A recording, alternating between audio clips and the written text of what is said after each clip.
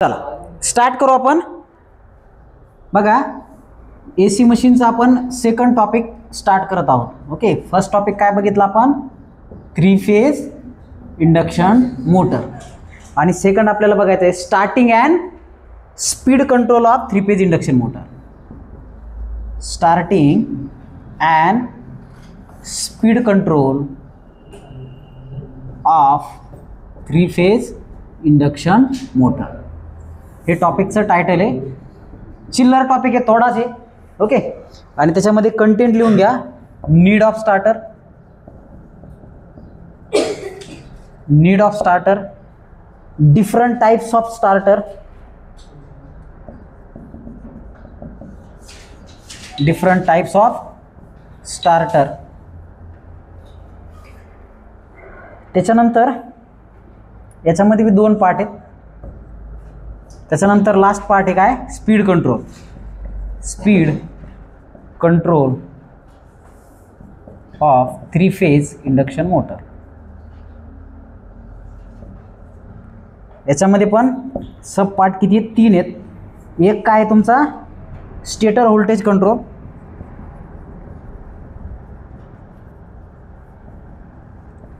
Stator voltage control. दुसरा आहे rotor resistance control.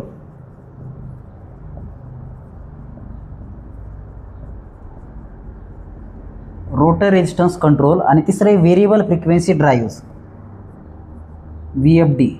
Okay, variable frequency drives. So this is our syllabus. तर याच्यामध्ये आपण काय बघणार आहेत? स्टेटर रेजिस्टन्स स्टार्टर,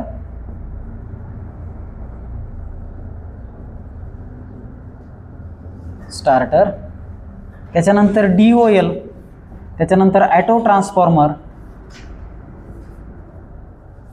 त्याच्यानंतर star delta starter, star delta starter, star delta starter.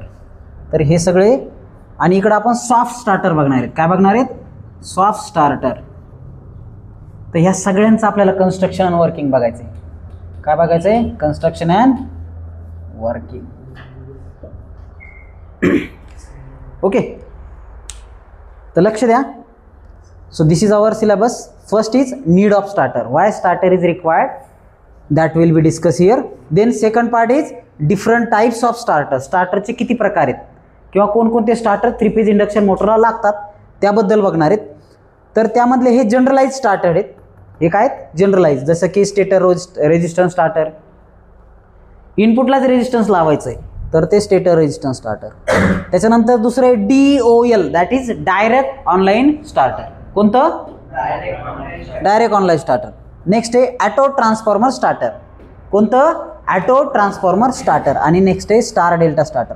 आता ऑटो ट्रान्सफॉर्मर पाहिले तुम्ही तर सप्लाय तुम्ही ऑटो ट्रान्सफॉर्मरनी कमी करायचा आणि मोटरला स्टार्ट करायचं. स्टार डेल्टा स्टार्टरमध्ये सुरुवातीला मोटर स्टारमध्ये असते, नंतर ती रनिंग कंडिशनला डेल्टामध्ये ऑपरेट होते. तर हे वेगवेगळे स्टार्टर आपण बघणार आहे. त्याच्यानंतर सॉफ्ट स्टार्टर, हे ॲडव्हान्स स्टार्टर आहे. Okay,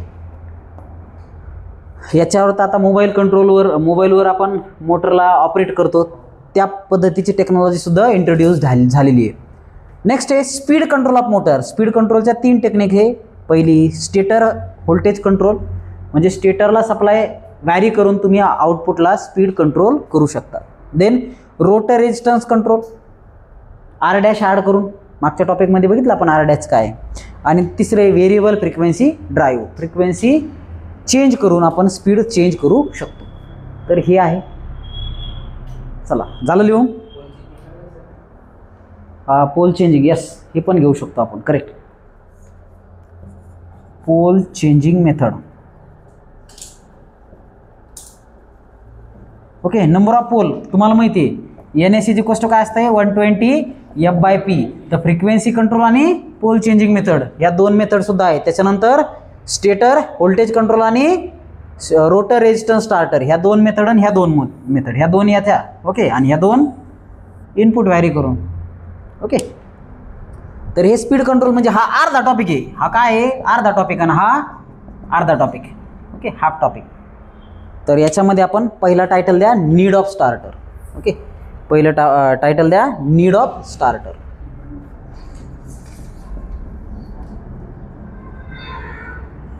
need of starter.